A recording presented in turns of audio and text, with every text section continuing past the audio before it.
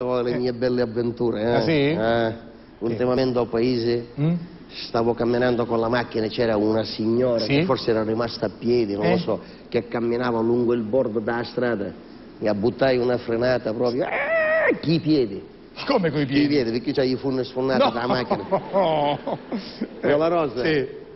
Che donna. Che donna. Che donna. Com'è? Ormai di queste donne... Bella, era così come voi, con queste minigonne, con un paio di scarpe col tacco più appuntito di questo, di più. Sì. Di più. Come macchina da macchina, intanto se lei sa, mia macchina modello panoramico. Che vuol dire? Che i sportelli si aprono così. E perché panoramico? Perché?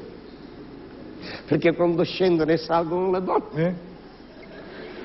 Ah, si vede tutto il panorama. C'è un bel panorama, va bene. Sono le macchine antiche, quelle di una volta, ora non si aprono più così. E allora questa signora è salita in macchina, mi incuriosisce questa cosa. Intanto appena è salita, ve lo giuro, mi ha visto riducere come io. Senta, non c'è bisogno di spiegarlo, io sono ridotto benissimo. Mi ha dato il primo brivido. Ah, sì? Appena è salito. Che ha fatto? Con tacco da scarpa, vingivo da sacchetta dello sportello e mi scicavo tutta la pezzina. Questi sono brividi. Mi ha dato un brivido. Sì. Poi signora Rosa, la mente in filo di capello. Sì. Era troppo bella, troppo truccata, troppo profumata, troppo minigonna, troppo tacchi a punta. Si vedevano tutte le gambe, poi io era un poco nervosa. Quindi accavallava e scavallava. Già piccichioi. Sì, signorina. Signorina. O che dir se voglia. Se se leva sta gonna ci do 50 euro, ho pigliata la liquidazione da qua. Signora Rosa, non se l'è manco fatto dire due volte. Se l'è tolta? Si allentava a cerniera, e si è levata la gonna.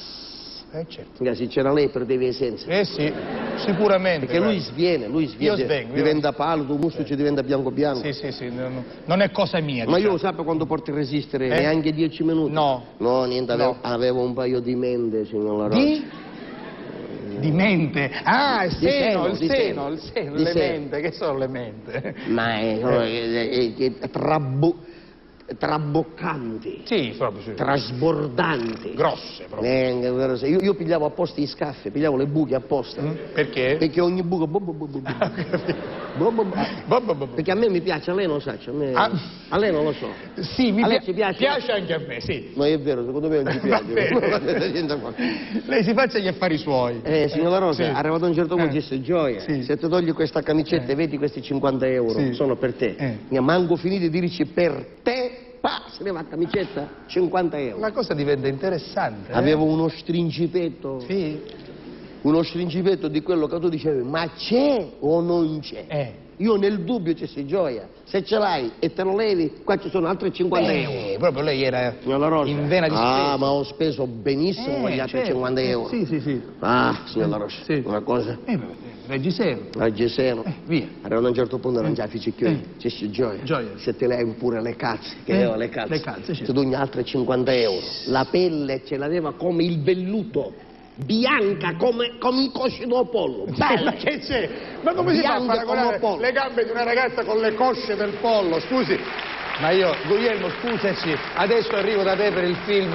La Rosa, va bene, allora... mi costavo 250 euro in mezz'ora, ma che cosa non ho veduto. Sì. Quando abbiamo arrivati... Siamo arrivati. A lei ho visto, lei non c'era.